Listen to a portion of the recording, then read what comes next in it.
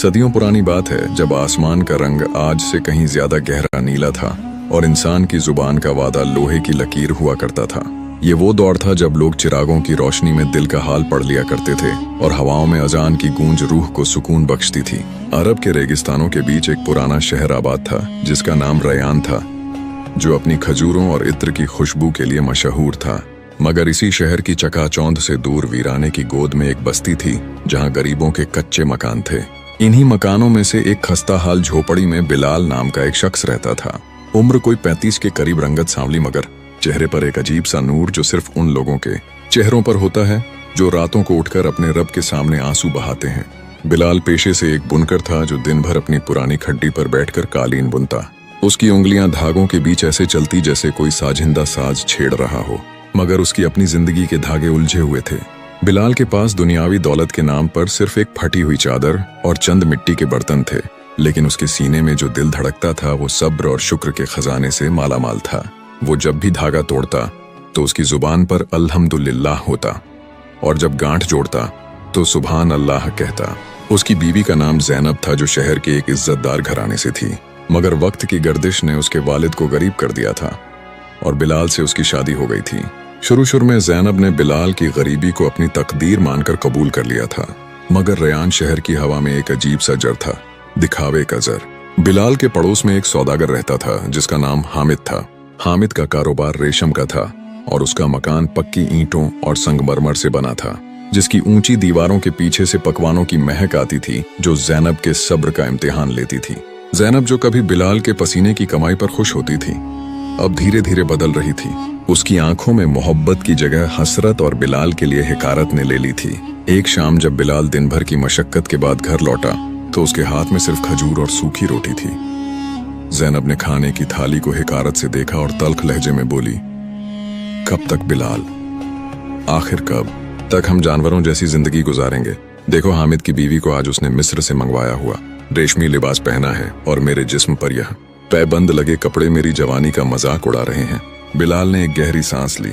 उसकी आंखों में नमी थी, मगर आवाज में वहीं ठहरा। अब उसने नरमी से कहा, ज़ैनब, यह दुनिया एक सराय है और हम मुसाफिर। जो मुकद्दर में है वह वक्त से पहले नहीं मिलता और जो नसीब में है वह कोई छीन नहीं सकता। अल्लाह अपने बंदों को तंग दस्ती देकर परखता है कि कौन उसकी रजा में राजी रहता है। ज़ैनब झुंझुला उठी। उसने रोटी का टुकड़ा पटक दिया और चीख कर बोली, बस करो ये तसल्ली के अल्फाज। इन रूहानी बातों से पेट नहीं भरता बिलाल। मुझे इज्जत चाहिए, मुझे वो मुकाम चाहिए जिसकी मैं हकदार हूँ। तुम्हारी यह फकीरी और यह सब्र मुझे घुट घुट कर मारने लगा है। बिलाल खामोश रहा। उसने कुछ नहीं कहा, बस अपनी नजरों को झुका लिया, क्योंकि वह जानता था कि जब दिल में दुनिया की लालच घर कर जाए तो हिदायत की रोशनी मुश्किल से ही पहुंचती है। उसी रात बिलाल तहज्जुद के वक्त उठा। उसने वजू किया और अंधेरे में अपने रब के सामने खड़ा हो गया। वह रो रो कर दुआ कर रहा था, या रब, मेरे घर के सुकून को लौटा दे, मेरी शरीके हयात के दिल में कनात डाल दे। मैं तेरी आजमाइश से नहीं घबराता, मगर मुझे अपनों की नफरत से बचा ले। अभी बिलाल दुआ मांग ही रहा था कि उसे बाहर किसी के कदमों की आहट सुनाई दी। सुबह का धुंधल का छा रहा था। बिलाल ने देखा कि ज़ैनब चुपके से घर से निकल रही है। उसने सर पर चादर लपेटी हुई थी और हाथ में एक छोटी पोटली थी। बिलाल का दिल जोर से धड़का। उसने आवाज दी, ज़ैनब। ज़ैनब रुक गई, मगर उसने पलटकर नहीं देखा। उसकी पीठ बिलाल की तरफ थी और उसके अल्फाज किसी खंजर की तरह बिलाल के सीने में उतर गए। उसने बिना मुड़े कहा, मुझे मत रोकना बिलाल, मैंने फैसला कर लिया है।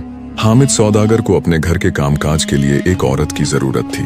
उसने मुझसे वादा किया है कि अगर मैं उसकी मुलाजिमत करूंगी तो वह मुझे वह जिंदगी देगा जो तुम कभी नहीं दे सके। मैं अब तुम्हारी इस फकीरी का बोझ और नहीं उठा सकती। बिलाल सन्न रह गया। उसकी आंखों के सामने अंधेरा छा गया। ये सिर्फ नौकरी की बात नहीं थी, ये बिलाल की गैरत और उसकी मोहब्बत का जनाजा था। उसने लड़खड़ाती आवाज में कहा, ज़ैनब मत जाओ। पराई चौखट की अमीरी से अपनी झोपड़ी की सूखी रोटी बेहतर है। अल्लाह पर भरोसा रखो। मगर ज़ैनब पर शैतान का फरेब पूरी तरह हावी हो चुका था। उसने एक कदम आगे बढ़ाया और आखिरी बार बोली, भरोसा पेट नहीं भरता, और वो धुंध में ओझल हो गई। बिलाल दरवाजे की चौखट पकड़कर जमीन पर बैठ गया। उसका घर जो कभी उसकी जन्नत था अब वीरान हो चुका था। बाहर सुबह की अजान शुरू हो गई। हया अलल फलाह। बिलाल की आंखों से आंसू बहकर उसकी दाढ़ी को भिगो रहे थे। उसने आसमान की तरफ देखा और एक टूटे हुए दिल के साथ मुस्कुराने की कोशिश की। या अल्लाह, अगर मेरा सब कुछ छीन कर तू मुझे अपने करीब करना चाहता है तो मुझे यह सौदा मंजूर है।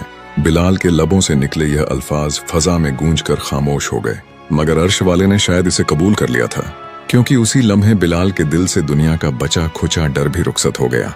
उसने अपनी आंसुओं से भीगी हुई जानमाज को तय किया, अपनी पुरानी खड्डी करघा पर हाथ फेरा जिसने बरसों उसका पेट पाला था, और एक छोटी सी पोटली में कुरान पाक, पानी की एक मशक और चंद सूखे खजूर बांध लिए उसने घर का दरवाजा खुला छोड़ दिया, क्योंकि अब वहां हिफाजत के काबिल कोई मताए हयात बची ही नहीं थी, सिवाय यादों के, और यादें दरवाजे बंद करने से रुका नहीं करती। जब वह बस्ती से बाहर निकल रहा था तो सूरज अपनी पूरी आबोताब के साथ निकल आया था, और उसकी किरणें सौदागर हामिद के आलीशान मकान की मीनारों पर चमक रही थीं। बिलाल ने एक पल रुककर उस ऊंची इमारत को देखा जहां अब ज़ैनब की नई दुनिया बसने वाली थी। उसके सीने में एक टीस उठी, एक ऐसा दर्द जो जिस्म का नहीं बल्कि रूह के घायल होने का था। मगर उसने अपनी निगाहें आसमान की तरफ उठाई और बुदबुदाया, अल्लाह उसे खुश रखे। शायद उसकी तकदीर में महलों की कैद लिखी थी और मेरी तकदीर में सेहरा की आज़ादी। और फिर उसने रेयान शहर की तरफ पीठ कर ली और उस वीराने की राह ली जहां इंसानों का साया भी कम ही नजर आता था। बिलाल चलता रहा, शहर का शोर पीछे छूट गया और अब सिर्फ रेत की सरसराहट और हवाओं का नोहा सुनाई दे रहा था। यह खामोश रेगिस्तान था जहां दिन में सूरज आग बरसाता था और रात में ठंड हड्डियों को गला देती थी। सफर के तीसरे दिन उसका पानी खत्म हो गया, हलक में कांटे चुभने लगे और प्यास की शिद्दत से उसकी आंखों के सामने अंधेरा छाने लगा। उसे बार बार शराब दिखाई देते, कभी लगता कि सामने ज़ैनब पानी का कटोरा ले खड़ी है, तो कभी लगता कि कोई चश्मा बह रहा है, मगर पास जाने पर सिर्फ तपती हुई रेत मिलती। वो लड़खड़ा कर गिर पड़ा। गर्म रेत ने उसके चेहरे को जला दिया, मगर उसने हिम्मत नहीं हारी।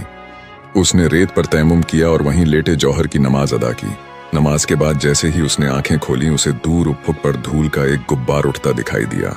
गौर करने पर मालूम हुआ कि वह एक बड़ा तिजारती काफिला था जो शायद यमन की तरफ जा रहा था। बिलाल अपनी बची खुची ताकत समेटकर उस काफिले की तरफ बढ़ा। करीब पहुंचने पर देखा कि यह काफिला किसी मामूली सौदागर का नहीं बल्कि मशहूर रईस मीर सुल्तान का था, जिसके पास सैकड़ों ऊंट और घोड़ों का लश्कर था। काफिले के लोग एक नखलिस्तान के पास पड़ाव डाल रहे थे। बिलाल, जिसकी हालत एक फकीर से भी बदतर हो चुकी थी, उनके खेमों के करीब पहुंचा और एक पहरेदार से बोला, ऐ अल्लाह के बंदे, एक मुसाफिर को पानी का एक घूंट मिल जाएगा। पहरेदार ने उसे हिकारत से देखा। उसके फटे कपड़े और धूल से हटा चेहरा देखकर उसने धक्का दिया, चल हट यहाँ से, ये मीर सुल्तान का खेमा है, यहाँ भिखारियों के लिए कोई जगह नहीं। बिलाल जमीन पर गिर गया, मगर उसने कोई बद्दुआ नहीं दी, बस इतना कहा, पानी अल्लाह का है और हम सब उसके मोहताज हैं। अभी यह तकरार चल ही रही थी कि एक भारी भरकम आवाज आई, क्या शोर है खेमे से। मीर सुल्तान बाहर आया, एक कद्दावर शख्स जिसकी उंगलियों में अंगूठियां और गले में कीमती मोतियों की माला थी। उसने बिलाल को देखा और अपनी शान बघारने के लिए नौकरों से कहा, इसे पानी दे दो ताकि यह ना कहे कि सुल्तान के दर से कोई प्यासा गया, मगर ध्यान रहे यह हमारे सामान के करीब ना फटके। बिलाल ने पानी पिया, अल्लाह का शुक्र अदा किया और एक खजूर के पेड़ की छांव में बैठ गया। रात हुई तो काफिले में अचानक अफरा तफरी मच गई। मीर सुल्तान की दहाड़ सुनाई दी, गद्दारों, चोरों, मेरी खास हीरों की थैली गायब है जो मैंने अभी मसनद पर रखी थी। खेमे में मेरे और मेरे नौकरों के सिवा कोई नहीं आया था। उसने गुस्से में तलवार निकाल ली। शक की सुई फौरन बिलाल की तरफ घूमी, क्योंकि वही एक अजनबी था जो शाम को वहां आया था। पहरेदारों ने बिलाल को घेर लिया। जरूर इसी फकीर ने चुराई होगी। जब इसे पानी दिया जा रहा था तो इसकी नजरें हमारे माल पर थीं। मीर सुल्तान गुस्से में पागल हो रहा था। उसने हुक्म दिया, इसकी तलाशी ही लो और अगर माल ना मिले तो कोड़े मार कर उगलवाओ। बिलाल ने बहुत समझाया, अल्लाह की कसम मैं चोर नहीं हूं, मैं तो बस अपनी प्यास बुझाने आया था। मगर दौलत के नशे में चूर सुल्तान ने एक ना सुनी। बिलाल के हाथ खजूर के तने से बांध दिए गए। उसके बदन पर कोड़े बरसाए जाने लगे। हर कोड़े पर उसके मुंह से सिर्फ या अल्लाह या रहमान निकलता। उसकी पीठ से खून रिसने लगा, मगर उसने चोरी का झूठा इकरार नहीं किया। दर्द की शिद्दत से बिलाल बेहोश होने ही वाला था कि तभी काफिले के एक बावर्ची की चीख सुनाई दी, हुजूर रुक जाइए, मिल गई, थैली मिल गई। सब सन्न रह गए। बावर्ची ने कांपते हाथों से हीरों की थैली दिखाई और बोला, हुजूर यह थैली आपके पालतू बाज ने गोश्त का टुकड़ा समझकर उठा ली थी और इसे पास वाले पेड़ की डाल पर ले जाकर छोड़ दिया था। अभी मैंने चांदनी में कुछ चमकता देखा तो मालूम हुआ मीर सुल्तान के हाथ से कोड़ा छूटकर गिर गया। पूरा काफिला शर्मिंदगी के समुंदर में डूब गया। एक बेगुनाह नमाजी और मुसाफिर पर जुल्म करने का खौफ सबके चेहरों पर था। सुल्तान दौड़कर बिलाल के पास आया। एक उसने खुद अपने हाथों से रस्सियां खोली और रोते हुए बिलाल के कदमों में गिर गया। मुझे माफ कर दो मुसाफिर, मेरी दौलत ने मुझे अंधा कर दिया था, मैं गुनहगार हूं। बिलाल ने दर्द से कराहते हुए उसे उठाया। उसके चेहरे पर अब भी वही नूरानी चमक थी। उसने सुल्तान के आंसू पोंछे और मुस्कुराते हुए कहा, माफी मुझसे नहीं, उस रब्बुल आलमीन से मांगो मीर सुल्तान, जिसने आज तुम्हें यह सबक दिया कि लिबास की फकीरी का मतलब ईमान की गरीबी नहीं होता। मैंने तुम्हें माफ किया क्योंकि मैं नहीं चाहता कि कयामत के दिन मेरी वजह से तुम पर कोई सवाल उठे। यह सुनकर सुल्तान और भी शर्मिंदा हुआ। उसने सोने के सिक्कों से भरी एक थैली बिलाल की तरफ बढ़ाई। यह तुम्हारी तकलीफ का हर्जाना है, कबूल करो। बिलाल ने थैली को हाथ से पीछे कर दिया और कहा, मेरा सौदा मेरे रब से हो चुका है। अगर मैं तुमसे कीमत ले लूंगा तो मेरा सब्र बिक जाएगा। यह कहकर बिलाल ने अपना पुराना थैला उठाया और लंगड़ाते हुए अंधेरे सेहरा की तरफ चल दिया। सुल्तान और उसका पूरा काफिला बुत बने उसे तब तक देखते रहे जब तक वह नजरों से ओझल नहीं हो गया। उस रात मीर सुल्तान ने अपनी रेशमी बिस्तर पर नहीं बल्कि जमीन पर सोकर रात गुजारी। बिलाल तो चला गया था, मगर वह सुल्तान के दिल में एक ऐसी रोशनी जला गया था जो हीरों की चमक से कहीं ज्यादा कीमती थी। मीर सुल्तान के काफिले से दूर होने के बाद बिलाल ने अपनी राह बदल ली। अब उसका सफर किसी इंसान की बस्ती की तरफ नहीं बल्कि एक ऐसे इलाके की तरफ था जिसके बारे में मुसाफिर सिर्फ डरावनी कहानियों में जिक्र करते थे। यह सफर हफ्तों तक चला। उसके पैरों के तलवे जख्मों से चूर हो गए थे और उसकी पुरानी चप्पलें कब की साथ छोड़ चुकी थीं। अब वो नंगे पैर उस जमीन पर चल रहा था जहां की मिट्टी भी काली थी और पत्थर भी स्याह। कई दिनों की मुसलसल मुसाफत के बाद उफुक पर धुएं के गहरे बादल नजर आए। यह स्याहकोट शहर था जिसे लोग धुएं की बस्ती भी कहते थे। यह शहर किसी आम शहर जैसा नहीं था। यहाँ न खजूरों के बाग थे, न पानी की नहरें। यहाँ सिर्फ बड़ी बड़ी भट्टियां थीं, लोहे के कारखाने थे और आसमान को छूती चिमनियां थीं जो दिन रात काला धुआं उगलती रहती थीं। शहर की दीवारों पर कालिक जमी थी और यहाँ के बाशिंदों के चेहरों पर एक अजीब सी बेरूखी और सख्ती थी। यहाँ की हवा में फूलों की नहीं बल्कि जलते हुए कोयले और पिघलते हुए लोहे की गंध थी। बिलाल जब शहर के भारी भरकम लोहे के दरवाजे से दाखिल हुआ तो उसे लगा जैसे उसने किसी कब्रिस्तान में कदम रख दिया हो, जहां लोग जिंदा तो थे मगर उनकी रूहें मर चुकी थीं। किसी ने इस अजनबी मुसाफिर की तरफ देखा तक नहीं। सब अपनी मशीनी जिंदगी में मग्न थे। सूरज ढल रहा था मगर धुएं की वजह से आसमान पर लाली के बजाय एक मटमैला सा अंधेरा छाया हुआ था। बिलाल भूख और प्यास से निढाल था मगर उसने किसी के सामने हाथ नहीं फैलाया।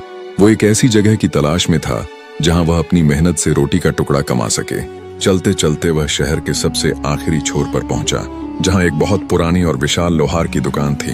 दुकान के अंदर से हथौड़ों की ऐसी जोरदार आवाजें आ रही थीं जैसे कोई जंग लड़ी जा रही हो। बिलाल ने अंदर झांका। वहां एक भारी भरकम शख्स जिसका जिस्म लोहे जैसा सख्त और चेहरा कोयले से काला था, पूरी ताकत से एक लाल सुर्ख लोहे के टुकड़े पर हथौड़ा बरसा रहा था। उसका नाम जब्बार था। जब्बार स्याह कोट का सबसे माहिर लेकिन सबसे बदमिजाज लोहार माना जाता था। उसकी आंखों में हमेशा खून उतरा रहता था और लोग कहते थे कि उसके सीने में दिल नहीं बल्कि पत्थर का एक टुकड़ा है। बिलाल ने अपनी सूखी हुई आवाज में सलाम किया, अस्सलाम वालेकुम। जब्बार का हथौड़ा हवा में रुक गया। उसने मुड़कर बिलाल को देखा। उसकी नजरें इतनी तीखी थीं कि कोई कमजोर दिल वाला इंसान वहीं ढेर हो जाए। उसने बिलाल के फटे कपड़ों और कमजोर जिस्म को ऊपर से नीचे तक देखा और अपनी गरजदार आवाज में बोला, वालेकुम। यहाँ खैरात नहीं मिलती मुसाफिर। अगर भूख लगी है तो मस्जिद का रास्ता पकड़ो और अगर मौत चाहिए तो भट्टी में कूद जाओ। बिलाल ने नरमी से जवाब दिया, मैं खैरात लेने नहीं काम मांगने आया हूँ। मेरे बाजू भले ही कमजोर दिखते हो मगर मेरी नीयत मजबूत है, मुझे काम चाहिए। जब्बार हंसा। उसकी हंसी में तंज था। काम तू? अरे ओ मुसाफिर, मेरी भट्टी की आंच अच्छे अच्छे पहलवानों का पानी खुती है। तू तो एक दिन में राख बन जाएगा। सोना भी आग में तप कर ही कुंदन बनता है। बिलाल ने आहिस्ता से कहा, मुझे आजमा कर देख लीजिए। मजदूरी वहीं दीजिएगा जो मेरा काम देखकर मुनासिब लगे। जब्बार को बिलाल के जवाब में एक अजीब सी कशिश महसूस हुई। बरसों बाद किसी ने उसकी आंखों में आंखें डालकर बात करने की हिम्मत की थी। उसने एक भारी धोंकनी हवा फूंकने वाला बड़ा चमड़े का पंखा की तरफ इशारा किया और बोला, ठीक है, उस धोंकनी को चलाना है। सुबह से रात तक अगर आग बुझी तो तेरी सांसें रोक दूंगा और याद रख यहाँ सिर्फ काम होता है, बातें नहीं। बिलाल ने बिस्मिल्लाह कहा और धोंकने की रस्सी थाम ली। काम इंसान को तोड़ देने वाला था। भट्टी की आग इतनी तेज थी कि पास खड़े होने पर खाल झुलसने लगती थी। धक इतनी भारी थी कि उसे खींचने के लिए पूरे जिस्म का जोर लगाना पड़ता था। लेकिन बिलाल, जो कल तक कालीन बुनने वाला एक नाजुक कलाकार था, अब अपनी रूहानी ताकत से उस लोहे के कारखाने में डटा हुआ था। दिन गुजरते गए। बिलाल का बदन पसीने में नहाया रहता। उसकी हथेलियों में छाले पड़ गए, फूट गए और फिर सख्त हो गए, मगर उसकी जुबान पर कभी शिकायत नहीं आई। जबार छुप छुप कर उसे देखता। वह हैरान था कि यह दुबला पतला शख्स जो दिन में बमुश्किल एक सूखी रोटी खाता है, इतनी जानलेवा मेहनत कैसे कर लेता है। सबसे अजीब बात यह थी कि हथौड़ों के शोर और आग की लपटों के बीच भी बिलाल के चेहरे पर एक रूहानी सुकून रहता था। जबार ने कई बार देखा कि बिलाल धोखनी चलाते वक्त होठों ही होठों में कुछ बुदबुदाता रहता है। वह अपने रब का जिक्र कर रहा होता था। एक रात जब शहर सो चुका था और कारखाने में खामोशी थी, बिलाल कारखाने के कोने में अपनी फटी चादर बिछाकर नमाज पढ़ रहा था। जबार अपनी चारपाई पर लेटा उसे देख रहा था। अचानक जबार बोला, ऐ मुसाफिर, तू किस मिट्टी का बना है? न तू थकता है, न तू जलता है और न तू मुझसे डरता है। आखिर तेरे सुकून का राज क्या है? बिलाल ने नमाज मुकम्मल की और मुड़कर मुस्कुराया। जबार भाई, सुकून आग से दूर भागने में नहीं बल्कि आग के बीच रहकर भी अपने रब को याद रखने में है। जब दिल में यह यकीन हो कि यह आग भी उसी के हुक्म से जल रही है तो फिर डर कैसा। जब्बार खामोश हो गया। उस रात उसे पहली बार लगा कि उसके कारखाने में लोहा पिघलने के अलावा भी कुछ पिघल रहा है, और वह था उसका अपना सख्त दिल। मगर कहानी में असली मोड़ अभी आना बाकी था। जबार की दुकान के पीछे एक तहखाना था जिसका दरवाजा हमेशा एक भारी जंजीर और बड़े ताले से बंद रहता था। जबार ने बिलाल को सख्त हिदायत दी थी कि वह कभी उस दरवाजे के पास ना जाए, मगर अक्सर रात के सन्नाटे में उस तहखाने से अजीबोगरीब आवाजें आती थीं। कभी किसी के रोने की, कभी जंजीरों के खनकने की और कभी दीवारों को खुरचने की। एक दिन जबार किसी काम से लोहे की खेप लेने खदानों की तरफ गया हुआ था। दोपहर का वक्त था और बिलाल अपना काम कर रहा था। तभी तहखाने से एक जोरदार चीख सुनाई दी, जैसे कोई बेइंतहा दर्द में हो। पानी पानी आवाज इतनी दर्दनाक थी कि बिलाल से रहा नहीं गया। जबार की मनाही अपनी जगह, मगर एक प्यासे की पुकार पर ना जाना बिलाल के ईमान के खिलाफ था। उसने देखा कि ताले की चाबी जब्बार जल्दबाजी में अपनी गद्दी पर भूल गया था। बिलाल ने कांपते हाथों से चाबी उठाई और तहखाने की तरफ बढ़ा। दरवाजा भारी चरमराहट के साथ खुला। अंदर घुप अंधेरा और सीलन की बदबू थी।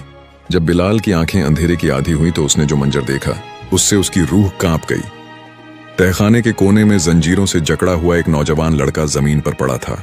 उसके बाल बेतरतीब बढ़े हुए थे, कपड़े तार तार थे और जिस्म पर अनगिनत जख्मों के निशान थे। यह कोई और नहीं, जबार का इकलौता बेटा कासिम था, जिसके बारे में शहर वाले समझते थे कि वह बरसों पहले मर चुका है। कासिम ने बिलाल को देखा तो सहम गया और दीवार से चिपक गया। मुझे मत मारो बाबा, मुझे मत मारो। मैंने सच बोला था, मैंने सिर्फ सच बोला था। वो पागलों की तरह बड़बड़ाने लगा। बिलाल की आंखों में आंसू आ गए। वह धीरे से आगे बढ़ा, अपने मशकीजे से पानी का प्याला भरा और कासिम के होठों से लगा दिया। कासिम ने एक ही सांस में पानी पिया और फिर बिलाल को हैरत से देखने लगा। तुम बाबा के साथ नहीं हो? नहीं मेरे भाई, मैं बस एक मुसाफिर हूँ। बिलाल ने उसके जख्मों को अपनी चादर के टुकड़े से साफ करते हुए पूछा, तुम्हारे साथ यह सुलूक? और वह भी तुम्हारे अपने बाप ने? कासिम की आंखों में एक अजीब सी चमक थी, पागलपन की नहीं बल्कि एक गहरे राज की। उसने बिलाल का हाथ पकड़कर फुसफुसाते हुए कहा, बाबा बुरे नहीं हैं, बाबा डरे हुए हैं। उन्हें लगता है कि मेरी जुबान इस शहर को जला देगी। मुसाफिर, इस शहर के हाकिम शाह ए जुल्मत ने हुक्म दिया है कि जो भी उम्मीद या रोशनी की बात करेगा उसे कत्ल कर दिया जाएगा। और मुझे ख्वाब आते हैं मुसाफिर, मुझे एक ऐसे सवेरे के ख्वाब आते हैं जहां यह धुएं के बादल छंट जाएंगे। बिलाल समझ गया, ये लड़का पागल नहीं था, बल्कि ये एक ऐसा बागी था जिसने अंधेरों की बस्ती में रोशनी की बात करने की जुर्रत की थी। और जबर वो जालिम बाप नहीं बल्कि एक मजबूर बाप था जिसने अपने बेटे को जालिम बादशाह की तलवार से बचाने के लिए दुनिया की नजरों में उसे मुर्दा और खुद की नजरों में पागल घोषित करके इस तहखाने में कैद कर रखा था। अभी बिलाल इस हकीकत को समझ ही रहा था कि अचानक पीछे से दरवाजा जोर से खुला। वहां जबार खड़ा था। उसका विशाल जिस्म गुस्से से कांप रहा था। हाथ में एक लोहे की तपती हुई छड़ थी और आंखों में वहशीपन। तूने मेरी अमानत में खयानत की मुसाफिर। जबार दहाड़ा उसकी आवाज से तहखाना गूंज उठा। मैंने कहा था इस दरवाजे को मत खोलना, अब तुझे इसकी कीमत चुकानी होगी। जबार पूरी ताकत से बिलाल की तरफ लपका। कासिम चीखा, नहीं बाबा, ये नेक इंसान है। मगर जबार का गुस्सा 7वें आसमान पर था। उसे डर था कि बिलाल उसका राज शहर में खोल देगा और बादशाह के सिपाही उसके बेटे को ले जाएंगे। बिलाल अपनी जगह से नहीं हिला। उसने ना तो बचाव की कोशिश की और ना ही भागा। उसने बस अपनी पुरस्कून निगाहों से जबार को देखा और धीमी मगर मजबूत आवाज में कहा, जबार, औलाद को मौत से बचाने के लिए उसे जिंदा दफन कर देना। क्या यह उस रब पर भरोसा ना करने की सजा नहीं है जो अंधेरे में भी कीड़े को रिचक पहुंचाता है? जबार का हाथ हवा में ही रुक गया। तपती हुई छड़ उसके हाथ में कांपने लगी। ये अल्फाज सीधे उसके उस जख्म पर लगे जो वह बरसों से छुपाए बैठा था। माहौल में एक जानलेवा सन्नाटा छा गया। तहखाने की सीलन भरी हवा में बिलाल का ईमान और जब्बार का डर आमने सामने थे। तभी अचानक बाहर शहर में नगाड़े बजने की आवाज आई। यह खतरे का ऐलान था। कोई चिल्ला रहा था, शाही सिपाही हर घर की तलाशी लेने आ रहे हैं। किसी ने मुखबिरी की है कि बागी कासिम जिंदा है। जबार का चेहरा सफेद पड़ गया। उसके हाथ से छड़ गिर गई। या अल्लाह, अब क्या होगा? वो बेबसी से जमीन पर बैठ गया। मैंने बरसों इसे छुपा कर रखा, आज सब खत्म हो जाएगा। बिलाल ने आगे बढ़कर जबार के कंधे पर हाथ रखा। अब वह एक मजदूर नहीं बल्कि एक रहनुमा लग रहा था। घबराओ मत जब्बार, जो अल्लाह यूसुफ अलैहिस्सलाम को कुएं से निकालकर तख्त पर बैठा सकता है, वह तुम्हारे बेटे को भी बचा सकता है। लेकिन अब हमें लोहे से नहीं, अक्ल से काम लेना होगा। बिलाल ने कासिम को उठाया और उसकी जंजीरें खोलने लगा। जबार, अपनी भट्टी की आग तेज करो, इतना धुआं करो कि हाथ को हाथ ना दिखाई दे। आज ये धुआं ही हमारा पर्दा बनेगा। बिलाल की आवाज में एक ऐसा यकीन था जिसने जबार के कांपते हुए हाथों में जान डाल दी। उसने फौरन भट्टी में गीला भूसा और कच्चा कोयला झोंक दिया और पूरी ताकत से ढोंकनी चलाने लगा। देखते ही देखते वह कारखाना, जो पहले ही अंधेरे में था, अब एक घने और दम घोंटों काले धुएं के समंदर में डूब गया। बिलाल ने इसी धुएं की आड़ में कासिम को उठाया और लोहे के कबाड़ के पीछे रखे एक बड़े और खाली पानी के हौज में उतार दिया, जिसके ऊपर उसने लोहे की पुरानी जंजीरें और बेकार चादरें डाल दी ताकि किसी को शक ना हो। अभी कासिम ने अपनी सांसें रोकी ही थीं कि लोहे का भारी दरवाजा एक जोरदार धमाके के साथ खुला और शाही सिपाहियों का दस्ता अंदर दाखिल हुआ। उनके हाथों में नंगी तलवारें थीं और चेहरों पर नकाब। सबसे आगे उनका सालार बख्तियार था, जिसकी एक आंख पर गहरा जख्म था और दूसरी आंख शिकार की तलाश में बाज की तरह चमक रही थी। अंदर कदम रखते ही सिपाहियों का दम घुटने लगा। वे खांसने लगे। बख्तियार ने अपनी नाक पर कपड़ा रखते हुए गरज कर पूछा, ये क्या तमाशा है जब्बार? तूने पूरे शहर में धुआं फैला दिया है। क्या तू शाही फौज को अंधा करना चाहता है? जब्बार का दिल हलक में आ गया था। उसकी जुबान तालू से चिपक गई। मगर तभी धुएं के बादलों को चीरती हुई बिलाल की शांत और भारी आवाज आई, माफी चाहते हैं सालार आला। हम स्याह फौलाद तैयार कर रहे थे और हुनरमंद।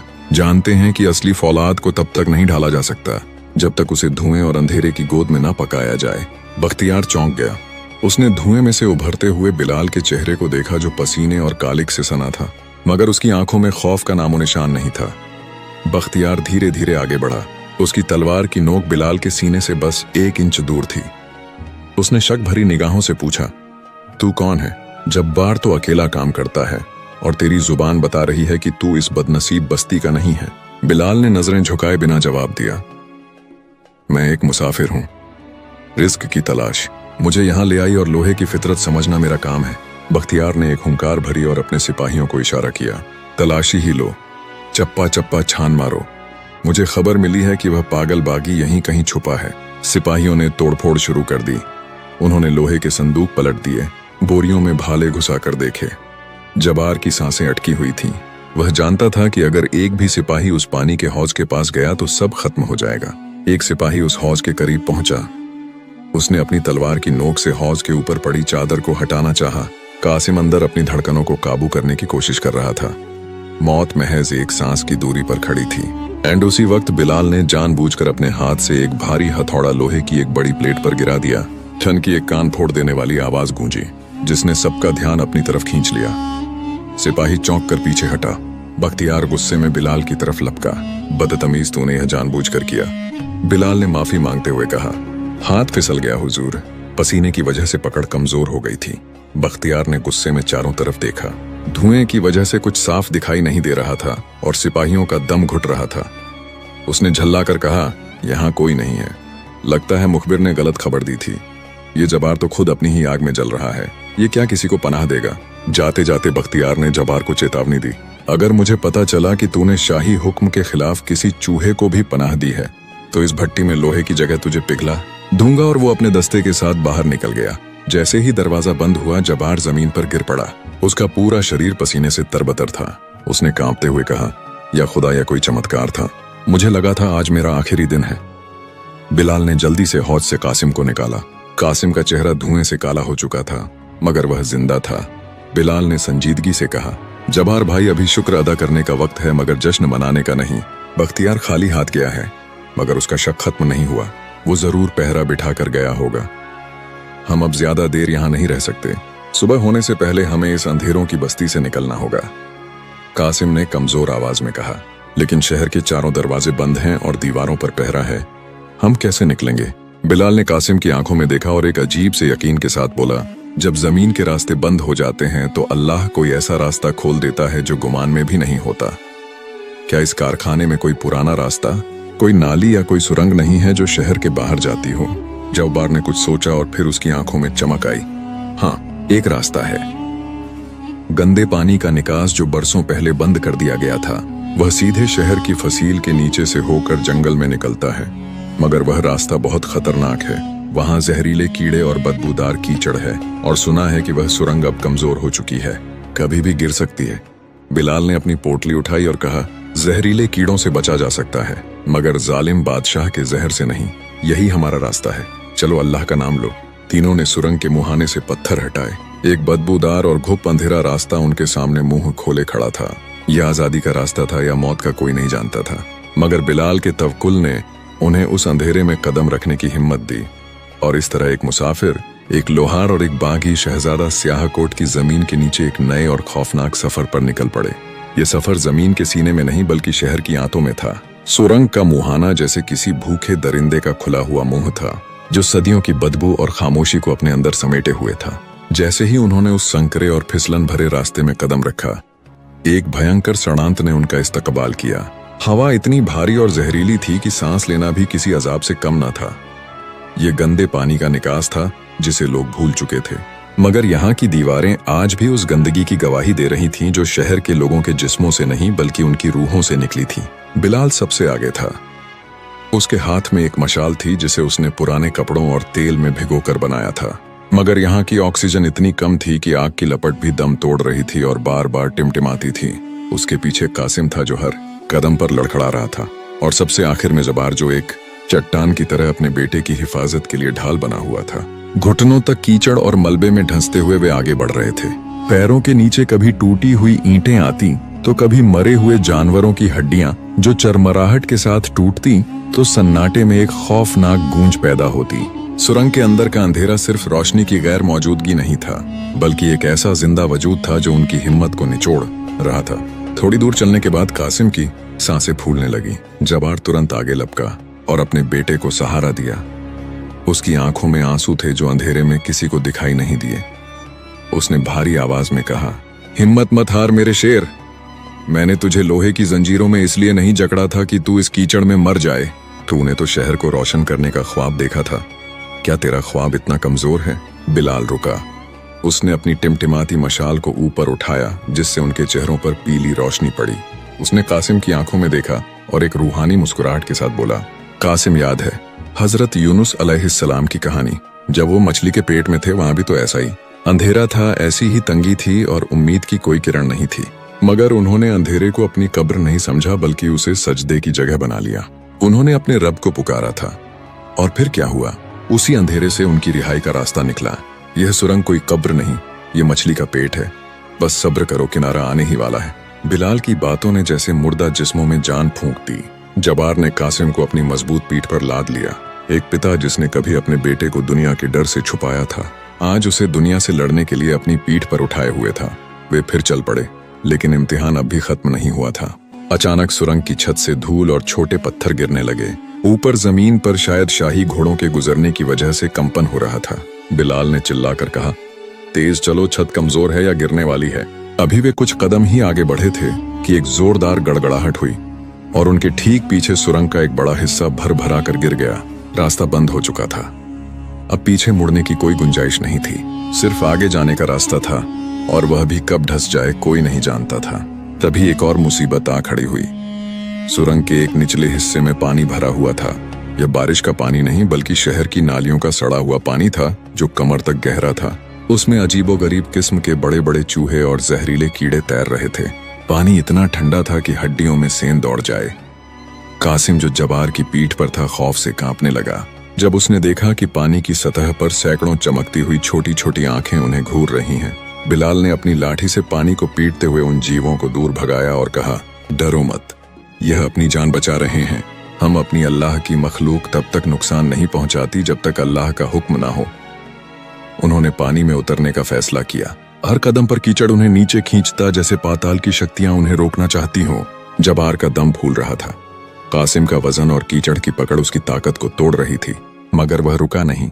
वह हर कदम पर या अल्लाह कहता और आगे बढ़ता। घंटों के सफर के बाद जब उन्हें लगा कि अब उनकी ताकत जवाब दे चुकी है और यह अंधेरा कभी खत्म नहीं होगा, तभी बिलाल को हवा के रुख में तब्दीली महसूस हुई। सड़ांत की जगह अब गीली मिट्टी और जंगली घास की भीनी खुशबू आ रही थी।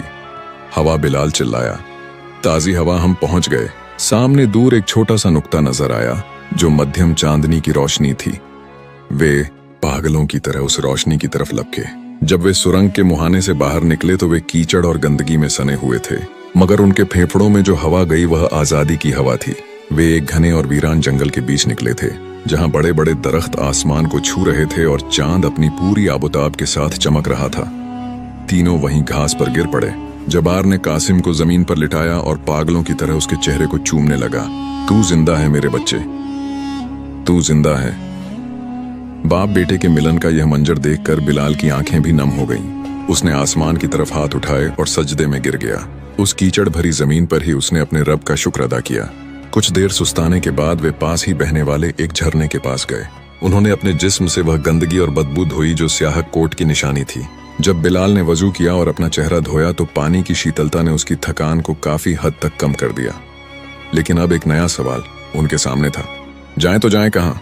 कासिम ने, जो अब थोड़ा बेहतर महसूस कर रहा था, जंगल की गहराई में इशारा करते हुए कहा, बिलाल भाई बाबा, मैंने किताबों में पढ़ा था कि इस जंगल के उस पार वादी नूर का रास्ता है जहां पुराने जमाने के दरवेश रहते थे। मगर लोग कहते हैं कि इस जंगल में छल के साए बसते हैं। जो भी इसमें दाखिल होता है वह अपनी याददाश्त खो देता है या रास्ता भटक कर हमेशा के लिए यहीं कैद हो जाता है। जबार ने अपनी कुल्हाड़ी, जो वह कारखाने से साथ लाया था, उसे कसकर पकड़ा और बोला, हम मौत के मुंह से निकल आए हैं। कासिम, अब सायों से क्या डरना? जब तक मेरे बाजुओं में दम है तुझे कोई आंच नहीं आने दूंगा। लेकिन बिलाल खामोश था। वह जंगल की फिजा को महसूस कर रहा था। वहां एक अजीब सी खामोशी थी, ऐसी खामोशी जो तूफान से पहले होती है। उसने संजीदगी से कहा, कासिम सही कह रहा है, ये जंगल मामूली नहीं है। यहाँ के दरख्त भी ऐसे लग रहे हैं जैसे आपस में बातें कर रहे हों। हमें बहुत एहतियात से चलना होगा। यहाँ दुश्मन तलवार लेकर नहीं बल्कि वहम बनकर आएगा। उन्होंने सफर शुरू किया। जंगल इतना घना था कि चांदनी भी मुश्किल से जमीन तक पहुंच पा रही थी। झाड़ियों के कांटे उनके कपड़ों को फाड़ रहे थे। चलते चलते उन्हें महसूस होने लगा कि कोई उनका पीछा कर रहा है। कभी सूखे पत्तों के टूटने की आवाज आती तो कभी हवा में सरसराहट होती। जब बार बार पीछे मुड़कर देखता मगर वहां कोई नहीं होता। अचानक कासिम रुका और एक पेड़ की तरफ इशारा करते हुए चीखा, बाबा देखो। उन्होंने देखा कि एक विशाल बरगद के पेड़ पर कुछ अजीबोगरीब निशान बने हुए थे। लाल रंग के पंजे के निशान जो ताजा खून से लगाए गए लगते थे और पेड़ के नीचे इंसानी खोपड़ियों का एक ढेर लगा हुआ था। यह मंजर दिल दहला देने वाला था। बिलाल ने उन निशानों को गौर से देखा और उसका माथा ठनका। यह कबीला एक गुमशुदा की सरहद है। बिलाल ने धीमी आवाज में कहा, मैंने सुना था कि जो लोग स्याहकोट के जुल्म से भागते थे और पकड़े नहीं जाते थे, वे इस जंगल में आकर वैशी बन गए। उन्होंने अपनी इंसानियत छोड़ दी और अब वे हर अजनबी को अपना दुश्मन मानते हैं। अभी बिलाल बात पूरी कर ही रहा था कि जंगल के चारों तरफ से अजीब सीढ़ियों की आवाजें आने लगीं। यह पक्षियों की आवाज नहीं थी बल्कि इंसानों द्वारा एक दूसरे को इशारा करने की आवाज थी। देखते ही देखते झाड़ियों से दर्जनों साए निकले। उनके जिस्मों पर जानवरों की खालें थीं, चेहरे रंगों से इंगे हुए थे और हाथों में पत्थर और हड्डियों के बने हथियार थे। उन्होंने बिलाल, जबार और कासिम को चारों तरफ से घेर लिया। जबार ने गरज कर अपनी कुल्हाड़ी उठाई, खबरदार, अगर किसी ने आगे कदम बढ़ाया तो सर काट दूंगा। मगर उन जंगलियों के सरदार ने, जो एक ऊंचा, लंबा और खूंखार दिखने वाला शख्स था और जिसके गले में मरे हुए सांपों की माला थी, एक कदम आगे बढ़ाया। उसने जबार की कुल्हाड़ी को देखकर डरने के बजाय एक क्रूर मुस्कान दी और अपनी अजीब जुबान में कुछ कहा। फिर उसने टूटी फूटी जुबान में, जो शायद बरसों पहले वो भूल चुका था, भारी आवाज में बोला, स्याहकोट का लोहा और शाही खून की तुम हमारे शिकार नहीं, तुम हमारी कुर्बानी हो। बिलाल समझ गया कि ताकत यहाँ काम नहीं आएगी। इनकी तादाद बहुत ज्यादा थी और वे अपने इलाके के चप्पे चप्पे से वाकिफ थे। बिलाल ने जबार का हाथ नीचे करवाया। और आगे बढ़कर निहत्थे होकर उस सरदार की आंखों में देखते हुए कहा, हम दुश्मन नहीं हैं। हम भी उसी जालिम के सताए हुए हैं जिससे नफरत की आग तुम्हारे सीने में जल रही है। हम सियाहकोट से लोहा या शाही खून नहीं लाए, हम वहां से उम्मीद बचाकर लाए हैं। सरदार ने बिलाल को घूरा, फिर कासिम की तरफ देखा जो जख्मी और कमजोर था। उसने एक पल सोचा, फिर अचानक उसने एक ऐसा हुक्म दिया जिसने उनके पैरों तले जमीन खिसका दी। उसने अपने आदमियों से कहा, इन्हें बांध लो। आज रात खामोश झील के किनारे फैसला होगा कि यह उम्मीद है या जासूस। अगर जासूस निकले तो मगरमच्छों का पेट भरेंगे, और अगर सच में मजलूम है तो इन्हें उस पार जाने की इजाजत मिलेगी जहां से कोई वापस नहीं आता। उन्हें रस्सियों से जकड़ दिया गया। जबार गुस्से से उबल रहा था मगर कासिम की खातिर मजबूर था। बिलाल अब भी शांत था, उसका तवक्कुल अब भी डगमगाया नहीं था। उन्हें जंगल के और गहरे हिस्से में ले जाया गया जहां एक झील थी जिसका पानी स्याह काला था और जिसमें कोई लहर नहीं उठती थी। लेकिन बिलाल यह नहीं जानता था कि इस कबीले और इस झील के उस पार एक ऐसी हकीकत उनका इंतजार कर रही थी जो उसकी पूरी जिंदगी के फलसफे को हिलाकर रख देगी। वहां उन्हें एक ऐसे शख्स से मिलना था जिसके बारे में दुनिया समझती थी कि वह सिर्फ एक मिथक है, एक ऐसा बूढ़ा हकीम जिसके पास वक्त को पढ़ने का इल्म था मगर जिसकी कीमत बहुत भारी थी। सफर और भी पेचीदा हो गया था। सियाहकोट का अंधेरा तो पीछे छूट गया था मगर जंगल का यह रहस्यमयी अंधेरा उससे कहीं ज्यादा गहरा और पुराना था। खामोश झील के किनारे मशालें जल रही थीं, जिनकी लपटें हवा में किसी नागिन की तरह लहरा रही थीं। कबीले के लोग जिनके चेहरे रंगे हुए थे और आंखों में बहशत थी, एक बड़े घेरे में जमा थे। बीच में बिलाल, जबार और कासिम घुटनों के बल बैठे थे। उनके हाथ रस्सियों से पीछे बंधे हुए थे। सामने झील का पानी इतना काला और साकेत था कि उसमें झांकने पर अपनी ही रूह का अक्स डरावना लगता था। पानी की सतह पर हलचल हुई और कई बड़े मगरमच्छों के थूथन नजर आए जो अपने शिकार का इंतजार कर रहे थे। कबीले के सरदार ने अपनी हड्डियों से बनी माला को कसकर पकड़ा और एक भारी पत्थर का खंजर हवा में लहराया। उसने अपनी गूंजती हुई आवाज में कहा, इन अजनबियों की रूहों में सियाहकोट का जहर है। अगर हमने इन्हें जिंदा छोड़ा तो ये जहर हमारे जंगल को भी मार देगा। झील के देवता भूखे हैं, इन्हें उनके हवाले कर दो। दो हट्टे कट्टे जंगलियों ने कासिम को पकड़कर उठाया और झील की तरफ घसीटने लगे। कासिम ने चिल्लाना चाहा मगर खौफ से उसकी आवाज हलक में फंस गई। जबार रस्सियां तोड़ने के लिए तड़पा, मेरे बेटे को छोड़ दो, मुझे मार लो मगर उसे छोड़ दो। उसकी चीख ने सन्नाटे को चीर दिया मगर उन पत्थर दिल लोगों पर कोई असर नहीं हुआ। बिलाल ने अपनी आंखें बंद कर ली। मौत सामने खड़ी थी मगर उसका दिल अब भी अपने रब से जुड़ा था। उसने धीमी लेकिन मजबूत आवाज में कलमाए शहादत पढ़ना शुरू किया। ठीक उसी वक्त जब कासिम को पानी में धकेला जाने वाला था, जंगल के सबसे घने हिस्से से एक आवाज आई। एक ऐसी आवाज जो किसी बिजली की कड़क जैसी नहीं बल्कि पुरानी चट्टानों की रगड़ जैसी भारी और रोबदार थी। ठहरो, सबके सब बुत बनकर रह गए। सरदार का हाथ हवा में रुक गया। झील के किनारे घने पेड़ों की ओट से एक बुजुर्ग बाहर निकला। उसकी कमर झुकी हुई थी, दाढ़ी जमीन को छू रही थी और आंखों पर एक पट्टी बंधी थी। वह अंधा था मगर वह बिना सहारे के ऐसे चल रहा था जैसे जंगल का जर्रा जर्रा उसे रास्ता दे रहा हो। यह वही पीरे दानिश थे जिसके बारे में दुनिया समझती थी कि वह सिर्फ एक किस्सा है। सरदार ने फौरन सर झुका लिया। बागा बुजुर्ग, यह अजनबी जासूस हैं। बुजुर्ग ने हाथ उठाया और सरदार खामोश हो गया। वह सीधा बिलाल के पास आया। उसने अपनी बिना रोशनी वाली आंखों को बिलाल के चेहरे की तरफ किया और गहरी सांस ली। फिर उसने कांपती हुई आवाज में कहा, मुझे यहाँ बारूद या लोहे की बदबू नहीं आ रही सरदार, मुझे यहाँ से इत्र यूसुफी आ रही है। यह वो खुशबू है जो सिर्फ तब पैदा होती है जब कोई बंदा कुएं के अंधेरे में भी अपने रब का दामन नहीं छोड़ता। बुजुर्ग ने इशारा किया और रस्सियां खोल दी गई। उसने बिलाल के कंधे पर हाथ रखा और कहा, ए मुसाफिर, तू यहाँ रास्ता भटक कर नहीं आया, तुझे वक्त यहाँ खींच कर लाया है। यह कबीला जालिम नहीं है, ये वो लोग हैं जिन्हें सियाहकोट के बादशाहों ने इतना सताया कि यह अपनी इंसानियत भूल कर जानवर बन गए। इन्हें यकीन दिला कि दुनिया में अब भी रहम बाकी है। बिलाल खड़ा हुआ। उसके जिस्म में दर्द था मगर रूह में एक नई ताकत। उसने देखा कि सैकड़ों जंगली मशाल उसे देख रहे हैं। उनकी आंखों में सवाल थे। बिलाल ने कोई जादुई करतब नहीं दिखाया। उसने बस इतना किया कि रात के उस सन्नाटे में जंगल के बीचों बीच अपनी रूहानी आवाज में अजान देनी शुरू की। अल्लाहु अकबर, अल्लाहु अकबर।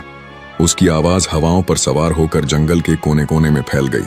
वह आवाज जो कभी रयान शहर की छोटी मस्जिद में गूंजती थी, आज वीराने में गूंज रही थी। जैसे जैसे बिलाल के अल्फाज फिजा में घुलते गए, एक अजीब सा मोजा हुआ। वो जंगली जो अभी एक दूसरे का खून बहाने को तैयार थे, उनके हाथों से हथियार छूटकर गिरने लगे। उनकी आंखों से जो सदियों से सूखी थी आंसू बहने लगे। अजान के अल्फाज उनकी सख्त रूहों पर हथौड़ों की तरह नहीं बल्कि मरहम की तरह लग रहे थे। उन्हें समझ नहीं आ रहा था कि यह क्या है, मगर उन्हें सुकून मिल रहा था, वह सुकून जो उन्होंने पीढ़ियों से महसूस नहीं किया था। अजान खत्म होते होते पूरा कबीला घुटनों के बल बैठा रो रहा था। सरदार ने आगे बढ़कर बिलाल के हाथ चूम लिए और कहा, हमें माफ कर दो ए नूर वाले मुसाफिर, हमने तुम्हें अंधेरे का हिस्सा समझा था, मगर तुम तो वह सवेरा हो जिसका हमें इंतजार था। पीर दानिश मुस्कुराए।